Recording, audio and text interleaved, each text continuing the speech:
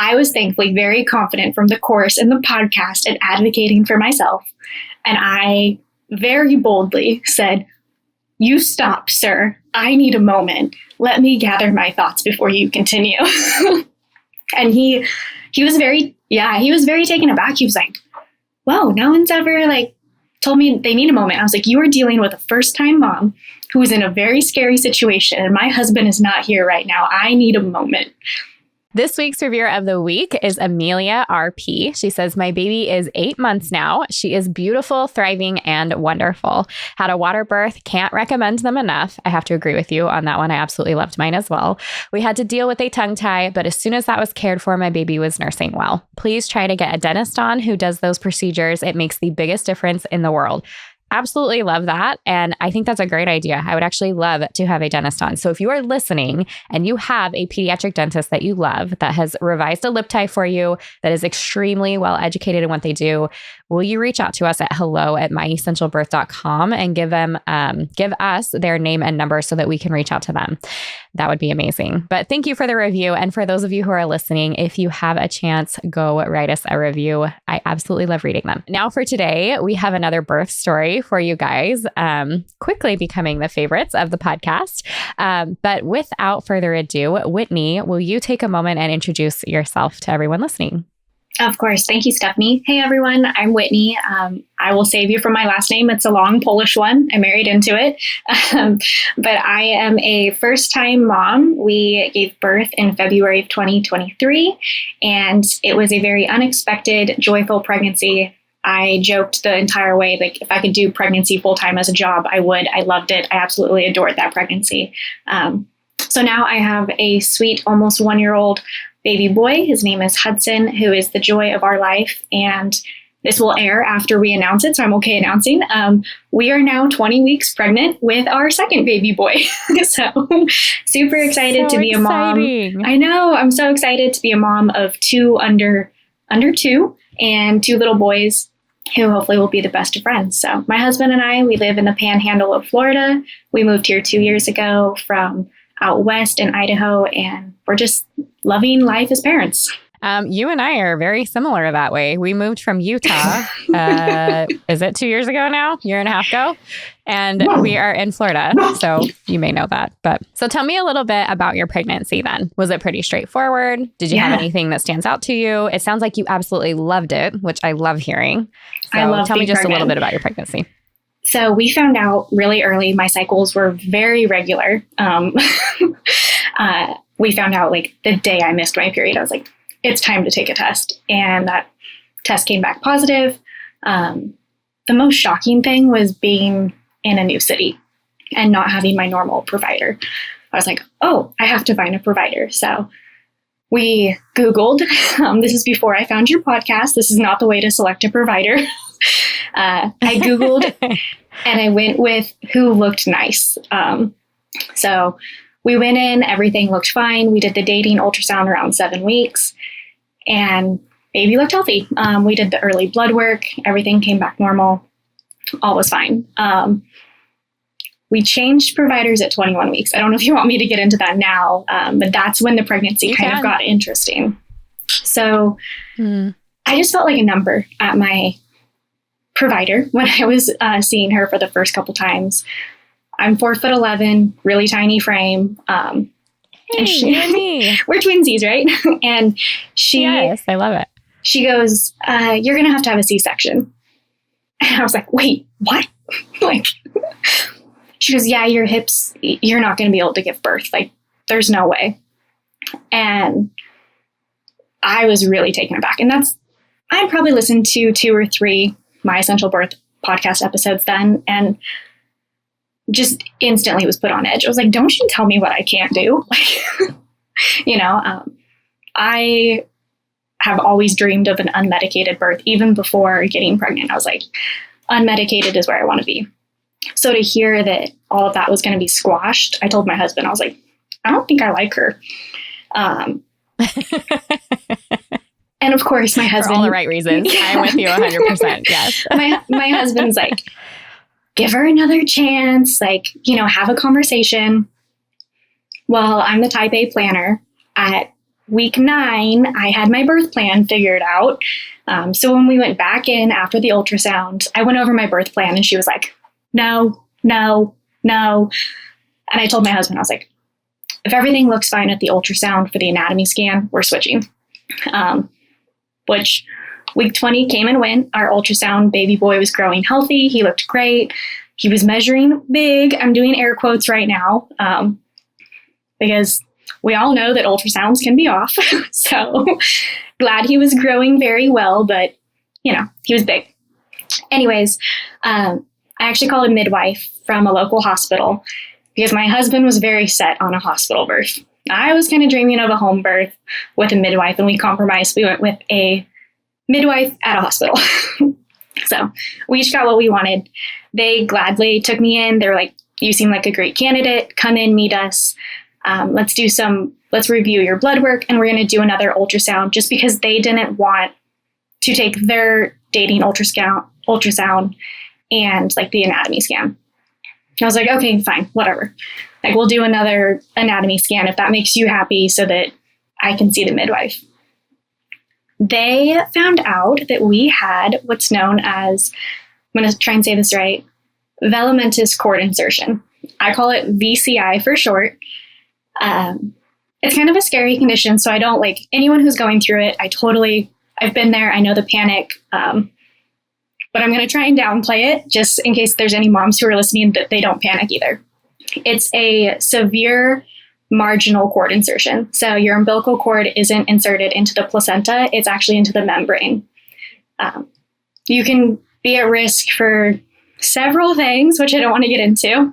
But it made it a little bit more scary for us. And instantly, it was a trigger for our midwife to send us to the high risk, the MFM. Is that right? MFM doctor? Yeah, maternal fetal medicine. Yeah. So they just, they were really concerned with additional fetal monitoring throughout the pregnancy, with ultrasounds, and then just kind of like limiting my movement and watching for some additional like symptoms that we might experience. So that was our biggest thing. We had the VCI, which I did, but I think every mom does. And even though your doctor says don't do it, I Googled everything. I think of course, yes. I was a My Essential Birth Course student at the time, and I posted in like our Facebook group, and I was like, has anyone else experienced this? Like, is this weird? Turns out it's like less than 1% of pregnancies actually have a VCI insertion. So, cool. We're part of the elite club. I love it. I can say that now with the healthy baby boy Earthside, but it was definitely like a scary thing. I also had gestational diabetes and low iron towards the end of the pregnancy, but those were some fun things in our pregnancy we dealt with. That sounds so fun. Thank you. I know when I saw you post that in the group, I was like, oh, yeah, that is something you don't often hear about. Did you have anyone respond in the group that said that they did have it? Okay. No, because I swore, and maybe I had talked with somebody on Instagram, but I swore I had talked with somebody recently when you had posted that about that specific problem or concern. A lot of people posted that they had like a marginal insertion, right? Like just one that's like, okay, that's what it was. Yeah. Kind of weird, kind of wonky, but no one had the like true VCI. So, but okay. I mean, they're still very similar, and a lot of the same precautions are taken, like extra monitoring, ultrasounds, all of that. So tell me about your MFM. Did you end up liking these high-risk providers that you met with, or what was that like for you? They were both male. And I had never had a male like gynecologist or OB provider before. So it was like walking in the room, I was very shocked. I was just like, oh, you want to like, I was kind of uncomfortable with them needing to possibly get up in my lady bits. And so thankfully that didn't happen. The one that we saw initially was great. He was so helpful. We had a pretty bad situation with one of them at around 30 weeks that I was thankfully very confident from the course and the podcast and advocating for myself. And I very boldly said, you stop, sir. I need a moment. Let me gather my thoughts before you continue. And he was very, he was very taken aback. He was like, whoa, no one's ever like told me they need a moment. I was like, you are dealing with a first time mom who's in a very scary situation, and my husband is not here right now. I need a moment. And he was really respectful of it. And he left the room, and the nurses brought me some tissues and a phone charger so I could call my husband. And I was like, thank you, Stephanie. Thank you for the confidence to advocate for myself. Because what I had learned was like, okay, every pregnancy is so unique. How can I take what's being presented to me, digest it, quickly, and then think through it and make a decision? So like really trying to navigate away from the fear-based decision to the educated decision. And I used that with our high-risk doctors. Thankfully, I was still seeing the midwife through like all our normal care. They just had us go to him for the VCI since it wasn't their specialty. Oh, that's awesome. Yeah. So you did get to continue on with your midwife, and you had them as your backup. Yeah. It was weird. Looking at all the detailed stuff. We saw dual providers. So I saw my midwife for like all of my normal checkups, and they were still the ones who were going to deliver. It was just the monitoring was done through high risk MFM. Okay. So that's crazy. That's awesome. Yeah. Highly recommend still being able to see your midwife if you have to go a high risk route. You mentioned about your husband, and and I can relate to this, where you're like, let's meet in the middle, midwife at a hospital, like you guys are clearly having conversations about birth and all that kind of stuff. What was it like as you guys worked through the pregnancy and even through the birth course?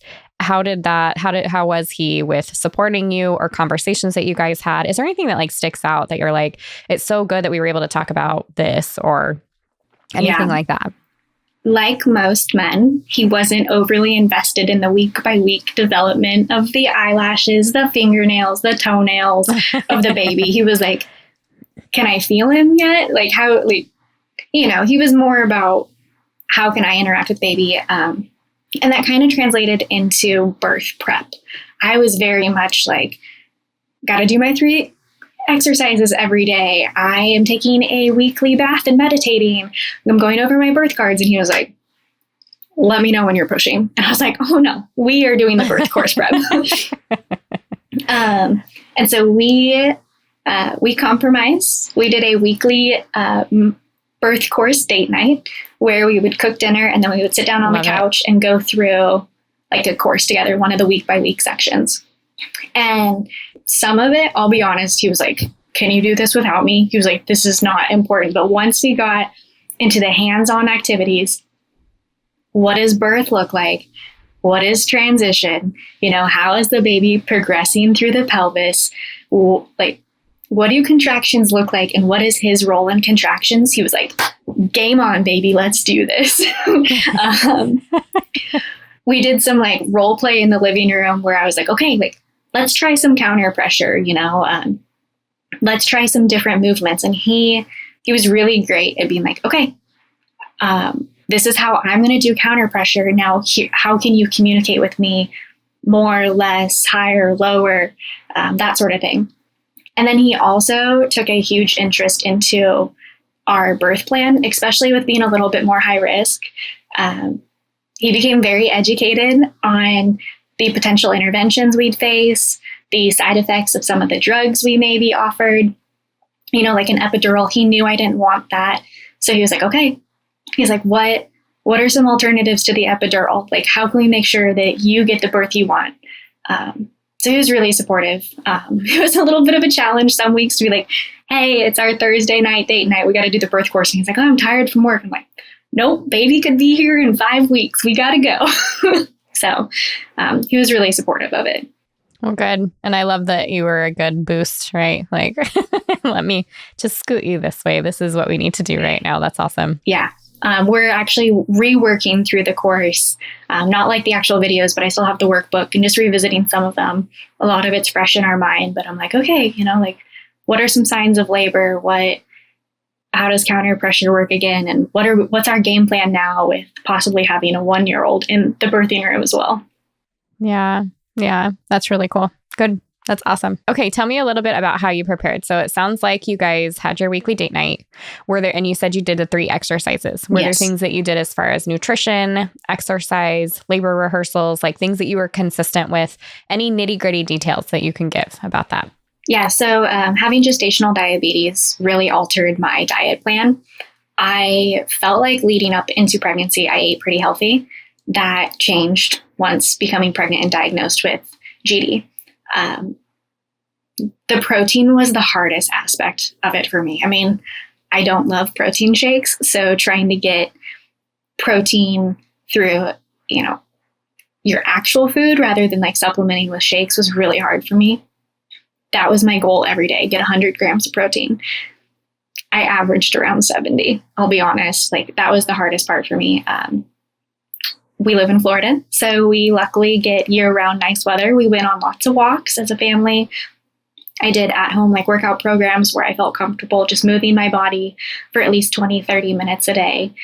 And then a lot of what I did was mental. Honestly, I built my birth playlist early.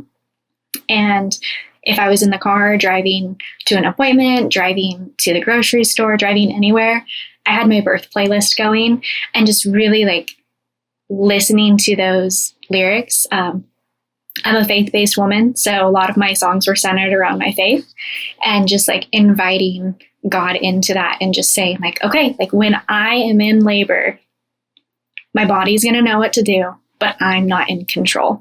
Like my body will do what it's meant to do. I had some really pretty like birth affirmation cards. They were like 2 by 3 inches big. I laminated them. I would filter through them like flashcards.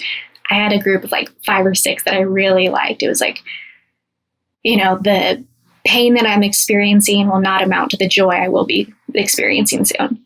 So it's like just those little things of really like drilling into my mind that the contractions will be temporary. The pain, if there is pain, it will be temporary. Labor is only a portion of motherhood. And so like I would go through the birth affirmations, like they were all throughout the house. I had them taped up on mirrors. They were in the deck. I would go through them. As I was eating breakfast, like I loved those things. I've already pulled them out for this pregnancy. That's awesome. I'm not someone who can sit down and listen to like a meditation track. So I tried to get into it. I just couldn't. My meditation came in like the quiet of whatever the day would bring, of just like really working on my breathing, 10 breaths in, 7 breaths out, or seconds, I guess, not breaths, but just how can I really get good at those now when there's not a lot of pressure, figuratively and literally, so that when in birth, we're good. And I just kept going back to like the stories I had read in our Facebook group, the podcast from you, the birth course of like, your body's going to know what it needs to do. And if you can mentally prepare for the strength it's going to take, because it is a lot of strength. I mean, let's be real, moms, like pushing a baby out takes some endurance. But really my prep became with like the mental. And then I ate a pretty well-balanced diet, lots of protein. And I tried, but I managed gestational diabetes through diet so well that I definitely still enjoyed the ice cream or the cake here and there because, those sweet cravings came on. That's great. That's great that you were able to do that. I'm curious, as you came up to those like 38 weeks, 39 weeks, and maybe I don't remember exactly when you gave birth, so you can definitely take it from here. But was there ever conversation with your provider about induction, specifically due to the velamentous cord insertion, or anything, or just because of your guest date or any of that stuff? And how was that handled? Yeah. So when we transitioned to the midwives, I actually called them out before being diagnosed with gestational diabetes. And I said, if I have gestational diabetes, will you induce me for that? And they looked at me like I was crazy. And she was like, not if you manage through diet. No, there's no reason to. And I was like, we can be friends. This is a 180 from my first provider. Right. Around 30 weeks, I started experiencing contractions. And they were Braxton Hicks. I mean, they were real contractions. They just weren't affecting me. Every time I would go in for an ultrasound or a non-stress test, because we had several of those, they would notice the contractions were starting to become more frequent, more intense. I actually brought the conversation up to my provider and said, based off of our VCI, I'm low on iron and my gestational diabetes. How are you comfortable letting me go till 40 weeks naturally? And at that point, she said, no concerns. Like, VCI is looking fine. You're managing through diet, and we'll get you some iron infusions to see if your levels come up. So they weren't concerned with induction at week 30. Week 36 was a different story. We had done iron infusions. I was still super anemic. Like, my levels were critically low during this pregnancy, which that's not a reason for induction on its own. So let's move on. Gestational diabetes, I killed it. That diet, I didn't spike once those last few weeks. I was so good with watching my numbers. Not a reason for induction. Now, the VCI came full circle. We had made it to about 36 weeks, which they had said early on, we may have to do a induction based on that, or a C-section based on your placenta condition. Our provider, she sat us down at 36 weeks and she said, the VCI seems to be getting worse.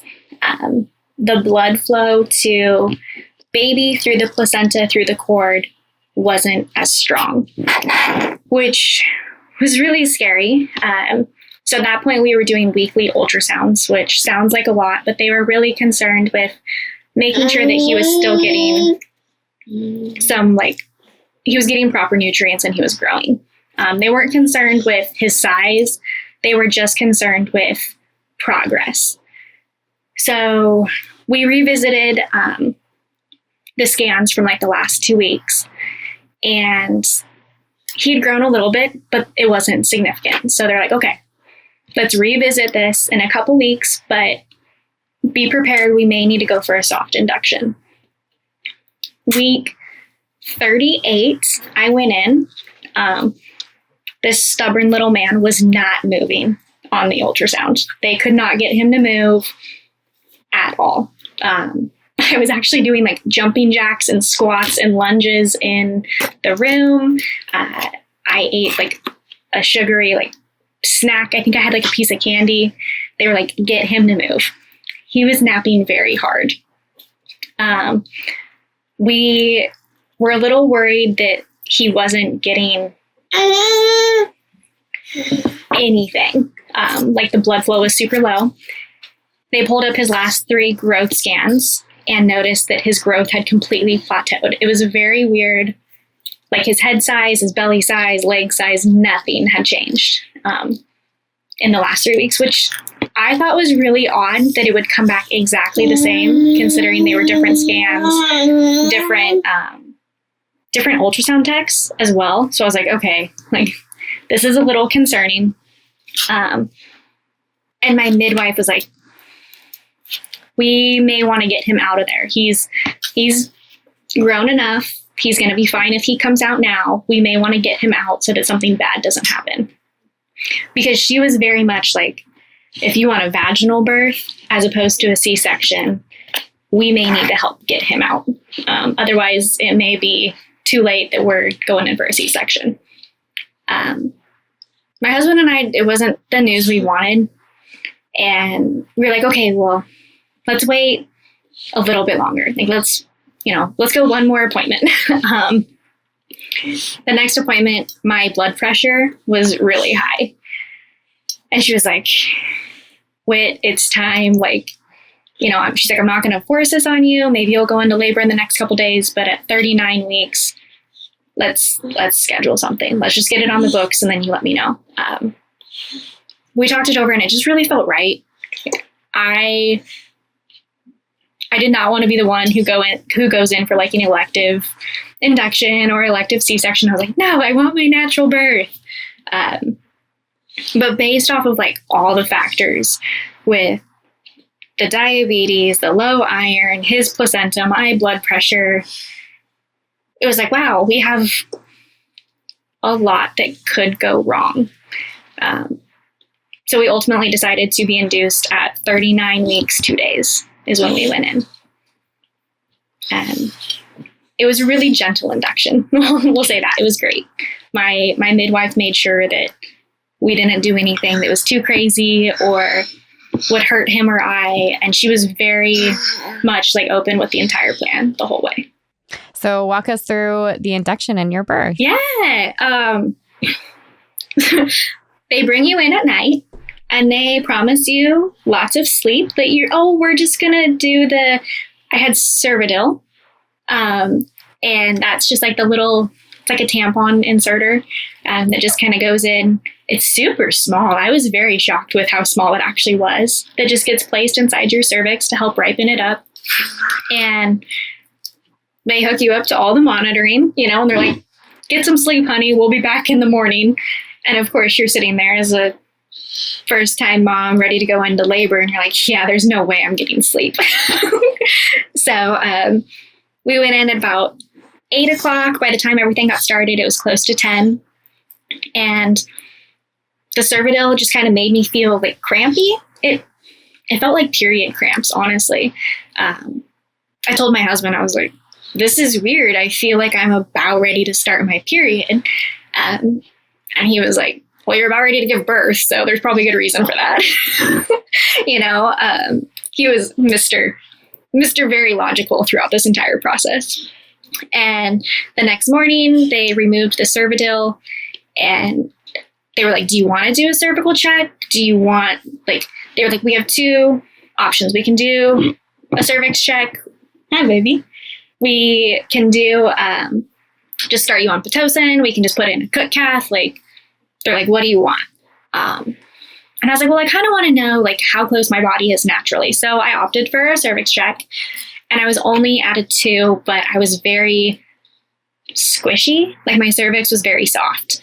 So she was like, do you want to go to Pitocin right now? And I was like, I don't really want to just jump to Pitocin. So they gave me the option to try a cook catheter, which is the double ball, one side's on this side of the cervix, the other side's on the other. Not the most pleasant thing. That was a little jarring, but I just reminded myself, hey, your body's going to dilate. We got to get much bigger than this, Whitney. So if this is hurting you now, find a way to cope through this. And we did a great job at breathing through it. I was actually able to sleep from 11 to 4 with the cook catheter in. Oh, and I forgot that they put me on a very low dose of Pitocin. I opted for that because I got a little stingy. I wanted him to have his own birthday. So by this time it was February 5th. And we had some family and friends who were born on February 6th. And I was like, he's not going to share a birthday. He's either going to come today or he's going to come on the 7th. He's not sharing a birthday. So I opted for a very low dose of Pitocin just to maybe help speed up the contractions. It was on a 1. I don't know if the dosing's standard, but I was on a 1 for those 4 hours. At 4:30, I woke up from my nap and apparently missed lunchtime. So I was a little cranky that I wasn't getting lunch. And they were a little concerned with feeding me. My midwife wasn't. My midwife was like, she's fine. You can feed her. But the nurses were like, well, you're high risk, so we don't know if we can let you eat because you might have to go in for a C-section. My husband and I brought snacks and I ate them on the side. Don't tell anyone. Well, I guess we're telling everyone now. It's hindsight. We're fine. But 4:30, I woke up and there was this popping sensation and this gush of fluid coming from the inside my legs, from my lady bits. And I was like, ooh, I don't really want to move. That felt very warm, wet, kind of sticky. So I had my husband check. I was like, can you go down there and look and see what that was? And he was like, yeah. And it was actually a lot of blood. So that was a little scary that it was bloody. I was like, that's not water breaking. The course taught me that the water's not bloody. Yeah, right. So we called the nurse in and they stopped the Pitocin. They removed the cook catheter and they were very much anticipating it being a placenta rupture based off of our condition. So they got in there, had to do another cervix check. And the best news came. I just dilated super fast. My cervix tore a little bit because it dilated so fast. I was like, oh, okay. Not really happy that my cervix tore because it went so fast, but glad it's not the placenta. We can continue on. So they took the cook catheter out. I was at like a 6 or a 7 centimeters then at 4:30. They kept the Pitocin super low, and I was just able to move around. I actually didn't want to get in the tub, which I felt was very odd. I got in the shower for a little bit, but I wasn't into the water. I kind of wanted to sit on my ball and walk around, and I really liked curling up with my pillow and kind of just like laying there. I just was like, let me just relax. Like, I'm tired. Was your water intact then? My water was intact then at 4:30. Oh, that's so interesting. At 5:15, after moving around, I peed, or so I thought. I looked over at my husband and I was like, okay, I think I just peed, but everything I know says that when I think I peed, that's probably my water. So I was like, can you look again? And sure enough, that time, I mean, a little blood was still coming out based off of my cervix, but the water broke. So my water broke, we'll call it naturally. I mean, I was on still a low dose of Pitocin and the help of the cook cath, but they called the nurse back in. She was like, okay.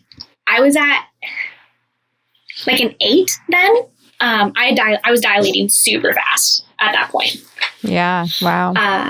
And so they were like, you're transitioning, like you're going to have a baby soon. And my midwife was like, okay, like, she's like, your body, she's like, that little bit of Pitocin got your body kicked into gear. She was like, let's pull you off of Pitocin. Just keep doing your thing. She's like, she literally looked at me and my husband and she was like, call me when she's ready to push. She's doing okay. And so we're like, okay. Taking me off of Pitocin was a little bit of a risk because my body was relying on even that small bit to keep contractions moving. So for the next 3 hours, I stayed at roughly an 8, and was just contraction after contraction after contraction. And I wasn't getting discouraged. I was getting really cranky because I was hungry. And about 7:30, so a couple hours later, I called my midwife in and I was like, you've got to let me eat something. I was like, I am so hungry. Like, my body is running out of fuel. And she was like, okay. So they ordered me some bone broth or some broth, which, spoiler alert, it never made it. And she was like, do you want to try like going back on Pitocin? You've been 2 hours off. You haven't progressed at all. Your contractions are like, they're spreading out. They were really consistent with 2 to 3 minutes apart. And now they're like 25 minutes apart. She's like, do you want to try? And I was like, honestly, like, I'm ready just to, let's go back on a 1. I think they moved me up to like a 3. And by 8 o'clock, I was there. I was ready for this baby to come. Both mentally and physically, my body was dilated. I was at like a 9.5. And the nurse came in and she was like, okay, like, we're bringing the table in. They brought in the baby cart. They brought in the birth table, all the like clamps, the scissors, the bags, they brought in the table. And my husband came over and he looked at me and he was like, we're gonna meet Hudson soon. He was like, you just gotta keep going. I was like, I'm just hungry. Like, you guys are great, but like, I just want food. I was so food motivated. I felt like a dog. Like, if you would have put a biscuit in front of me, I would have done any trick you wanted. And that was like 7:38. 8:15, I remember the nurse was like, oh, honey, she's like, you're there. And I was like, okay, well, I'm kind of starting to feel like I have to poop, but not like enough. And I remember like having this conversation with my midwife, and I was like, so what's it going to be like if I do poop, which we've had enough poop conversations on this podcast. I'll spare everyone those details. But she was like, why don't you just go go to the bathroom one more time? Which I'm so glad I did. I'm glad I got in like a little tinkle before everything that's about ready to happen. I got back in bed and just was like curling my pillow, and it was 8:34. And I know this because there's a picture. My husband was like really great at documenting the process. He took lots of pictures, lots of videos throughout. 8:34, there's a picture of me laying on the bed, like curling my pillow. And I sat up and I yelled, I have to poop or he is coming. One of the two is happening. And my midwife, bless her heart, is over there like washing her hands, getting gloved up because she knows. She's like, okay, honey. She's like, on that next contraction, she's like, you just push. She was like, I will be there in just a sec. And at 8:39, he was born, but lots happened in those 5 minutes. I was on my hands and knees pushing, which was not the best spot for me to be in. I just couldn't get leverage. Like I couldn't get enough oomph behind the push. It was just a very awkward angle to be at for me. So the nurse helped resituate me. She put me on my right side. She was like, let's try this. She's like, this is my tried and true to get you that last half centimeter. Because they still thought I was at like a 9.5. She put me onto my right side, held my leg up for me. My husband was like holding my hand, holding my hair. And the first push, they were like, holy moly, we can see head. Like his head is right there. And I kind of laughed at him all and I was like, I told you he was coming. Like, I gave you guys plenty of warning. Couple more pushes. They were really great at not telling me how to push or when to push, but really good at giving me the encouragement to push when I felt ready to push.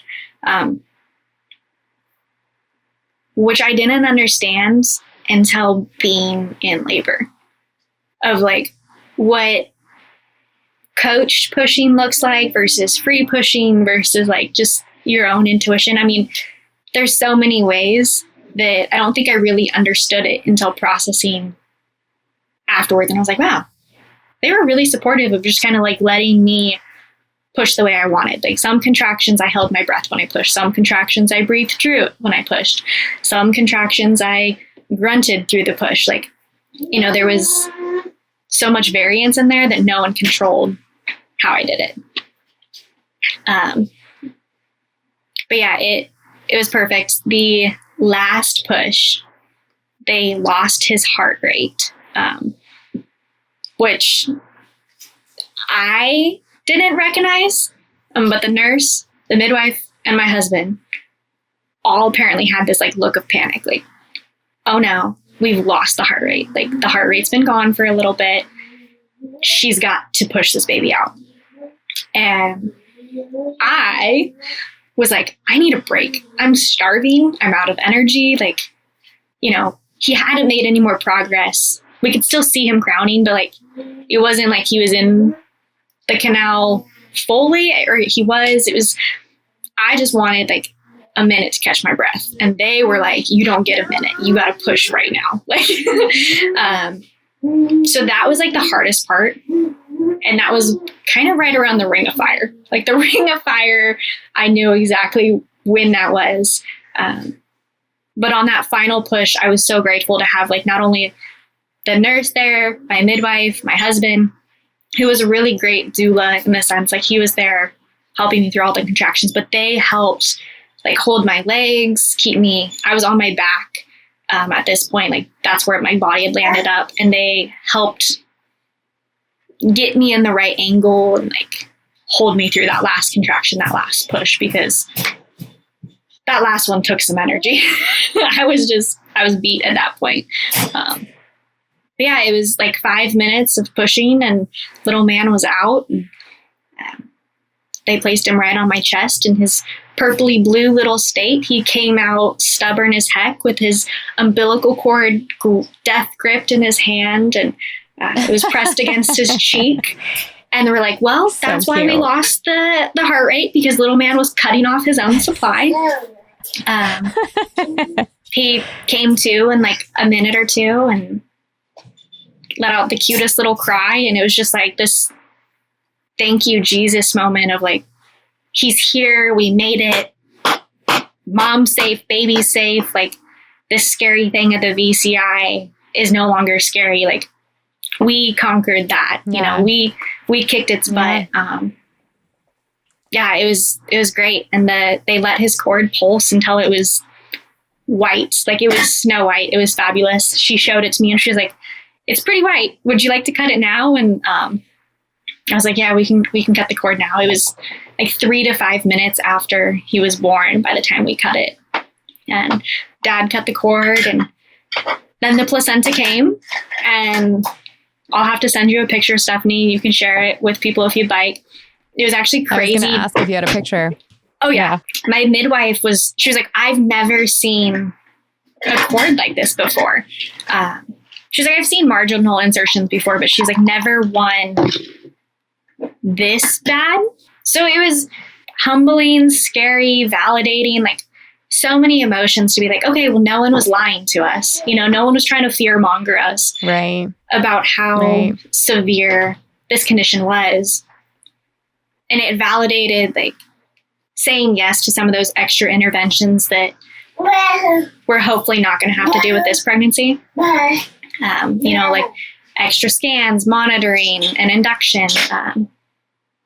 But definitely it was like, wow, like what could have changed in an instant if we didn't have a great team of providers, if we wouldn't have listened to our intuition. And then, you know, I said earlier, like, I'm a woman of faith. So like God's protection over us and our pregnancy. It was really humbling, but also it was really funny. I don't think that's the right word, but that's what I'm going to use. My midwife was like, can we call in some additional doctors and nurses to look at this? She's like, I don't know if anyone's seen one before. So, you know, I'm in there with my baby and I'm like, yeah, just go like over there. Like, you can go inspect it. And my husband actually put on gloves and was like playing with the placenta with the doctors and the nurses. They were holding it up and looking at how it was attached, the placenta to the cord. And I was kind of like, oh, that's my placenta. I grew that. Like, I grew this little fun, weird science experiment, you know? But yeah, I do have a picture. I'll share it with you. So if you want to attach it to the show notes or whatever, I think it's, if definitely do that. That's geek out at birth, it's cool, but maybe look at it after you've given birth for all the moms who are listening, because not all placentas look like that. That's awesome. Before we jump off, will you give us your best advice for moms and best advice for birth partners? Yes. From everything that you've learned. So for moms, it's do enough research, but not too much that you feel confident. I think the best thing that I did for myself was educate, so that when I was faced with making a decision, no matter how big, no matter how small, I left that decision and I didn't second guess it. There's not one thing I would change about our birth plan, our birth decision, because I felt educated and prepared. Don't let anyone make you feel crazy. Don't let anyone make you feel like you don't know your body or your baby, because you do. You don't need a PhD in medical terminology or anything like that to know what's best for you and your baby. And just be confident. And I really think, like, between the podcast and the course and all the other resources I brought in that we didn't even have time to talk about today, that was my biggest win. And for partners, trust the woman birthing your baby. You may not agree with where she wants to give birth or how she wants to, but be open to seeing it and support her to achieve her best birth. Because for some women, they'll do it 7 times, and for some women, they're going to do it once. And so don't use the excuse, honey, let's let's do it this way on this one and the next way on the other one. Trust her that she knows her body and how she can give birth, and really just encourage her, because women are amazing. Like the entire time you're growing a human, you're birthing the human, and then afterwards you're taking care of the tiny human. You're incredible. So birth partners, trust her, and help her out in any way she can. And rub her feet. She deserves a foot rub. Yes. Oh, well, thank you, Whitni. This has been awesome. I know that there are going to be other women out there looking for information on that specific concern with the cord insertion. And so I know that that's going to be great, along with induction, women that are looking for positive birth stories as far as induction goes, and just your positivity in general. Like everything that you've said has just been so wonderful. So thank you for taking your time and sharing your birth story with us today. Of course. Thank you, Stephanie, for everything you do, and for having us mamas on here to share these positive stories. I think it's really important that we can surround ourselves with them. Thank you so much, and best of luck continuing the podcast.